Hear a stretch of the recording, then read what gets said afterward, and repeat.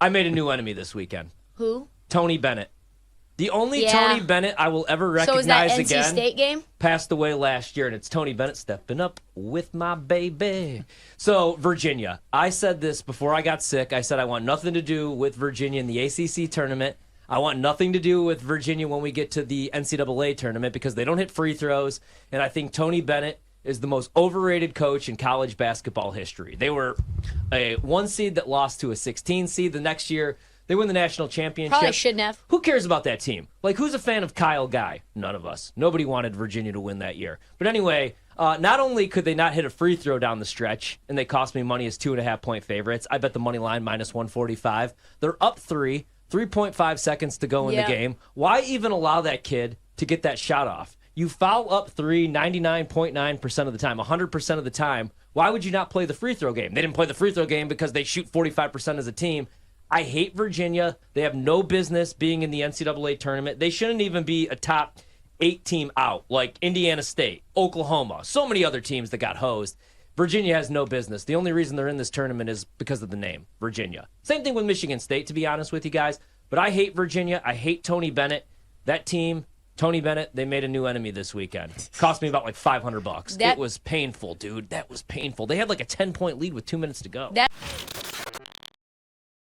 Oh, sharp action!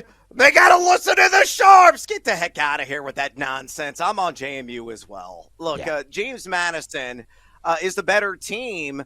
Now, let me qualify it this way. If we get the version of Wisconsin we saw in the Big Ten tournament, they're going to win this game and probably score the cover. I just don't know if they're going to carry that consistency over to the NCAA tournament because it's all about sample size. I watched this team in various instances throughout the year. They were outstanding the first month and a half, 2 months of the basketball season.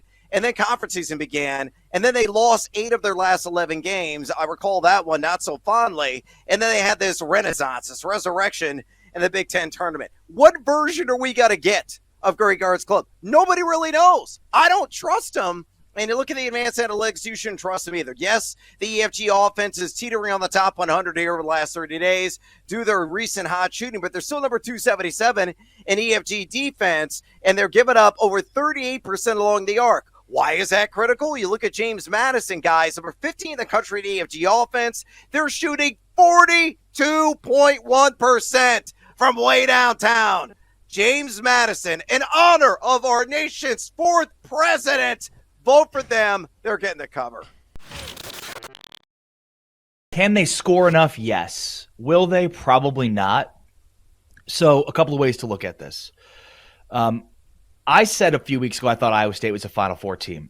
The issue is this draw, which sucks. And I know that there's teams that complain about not getting into the tournament, Oklahoma, St. John's, Providence, right? But I think the bigger issue with the committee this year was the seeding and the numbers. I mean, it's just crazy, and it's not just Iowa State. But I mean, if you put Kansas across the front of Iowa State's jersey, they'd be a 1 seed based on that resume. Now, I get that they didn't play anybody in the non-conference, but what are we even talking about here? They just won a conference championship and finished second in the best conference in America. Why would your non-conference even factor in or matter at all? And not only that, even if they're not a 1 seed, how on earth do they get the 2 in the East and not get the 2 in the West? Make Arizona the 1 in the West and them the 2 in the East, and then you can put UNC somewhere else. And it's so bizarre how they always do this with the West, where they make a 1 seed, a 2 seed, that it would be a home game out West, and then make the 1 seed another team that's playing out of region. So you get this in the West, North Carolina essentially playing an away game as the 1 seed if they get there, against Arizona if they get there, who's playing a home game in LA as the 2 seed. They've done this with UCLA and Kansas, where it's like, yeah, they'll play in LA or Fresno, and UCLA is the 2 and Kansas is the 1. It's like, doesn't even the numbers don't even matter at that point. Like, what are you even doing, right? Like, home court advantage matters more than anything else, and they always give it to the West in those regards, and they still haven't won a title since 1997. So go figure. So I just think Iowa State's up against it. There's too many tough matchups for them. Drake in the second round. I mean, that's a rivalry game in a team out of Des Moines, Iowa. It's obviously not too far from Ames that has one of the best players in the country, Tucker DeVries. Like, that's a tough. So I just think there's too many landmines in the East for them to get out. On top of that, there's that whole stat about if you're a 1 or a 2 seed and you're not ranked in the AP top 25, you've never made the Final Four before. So It's hard to look away from that one, despite that not exactly being a predictive metric. Iowa State did not start the season in the AP Top 25. They're obviously a 2 seed. So under that, guys, the 38 or 39 teams that have done that previously have never been to a Final Four. So a lot of reasons indicating they're not going to get there. But it's just too many tough opponents, I think. Still know that they have elite shooting. We know that when they get rolling, they're very tough to stop. The way that they play offense is to spread you out 5 wide. 7 legit shooters on the team. And they hit a ton of threes. 50% of their attempts are from deep. That's second most in the country. That's a double-edged sword, though, right? They could get hot at any time, but they could also go cold. And if they go cold, things get nasty. The one thing about Duquesne that gives me great pause, I don't really know what to make of this information, is that their coach came out today and decided to tell us for no reason that he's retiring. So I don't know why. Motivation. Is it motivation or no motivation? Narrative bets time. I'm not really sure what it means. They've got good guard play. Day Clark, Jimmy Clark as well, or Day Grant and Jimmy Clark. They're gonna get heavy minutes. I like their defense, but yeah, I think it would only be BYU for me.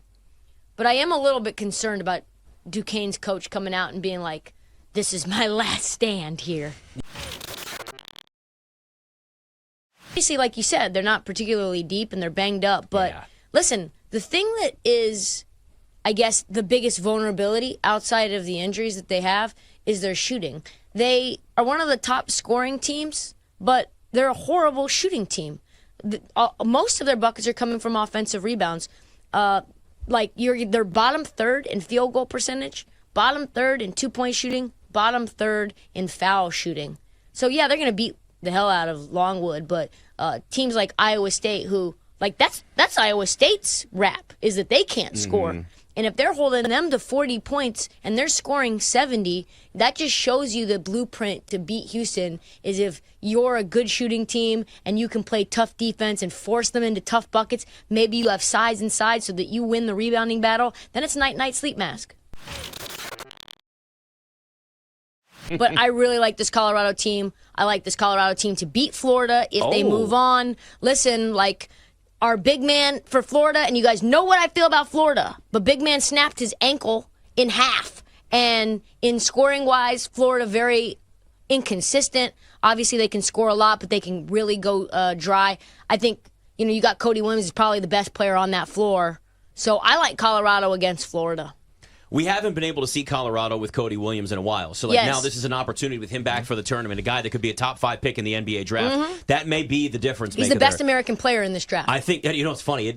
Every mock draft, it's all foreign-born players except Cody Williams. You're right. That's all that it is. But he's somebody that has a chance to really take Colorado to that next spot, and they are being slept on because, it's Colorado. And People it's don't talk about Pac-12. Colorado basketball. Yeah. I think Pac-12, and I was talking to John Martin, friend of the show. He'll be on tomorrow, I think. He hates the Pac-12 in all facets just because of how bad the conference has been. I actually think that means that they're being slept on. I think that Oregon's being slept on. I like Oregon. I think Colorado's being slept on.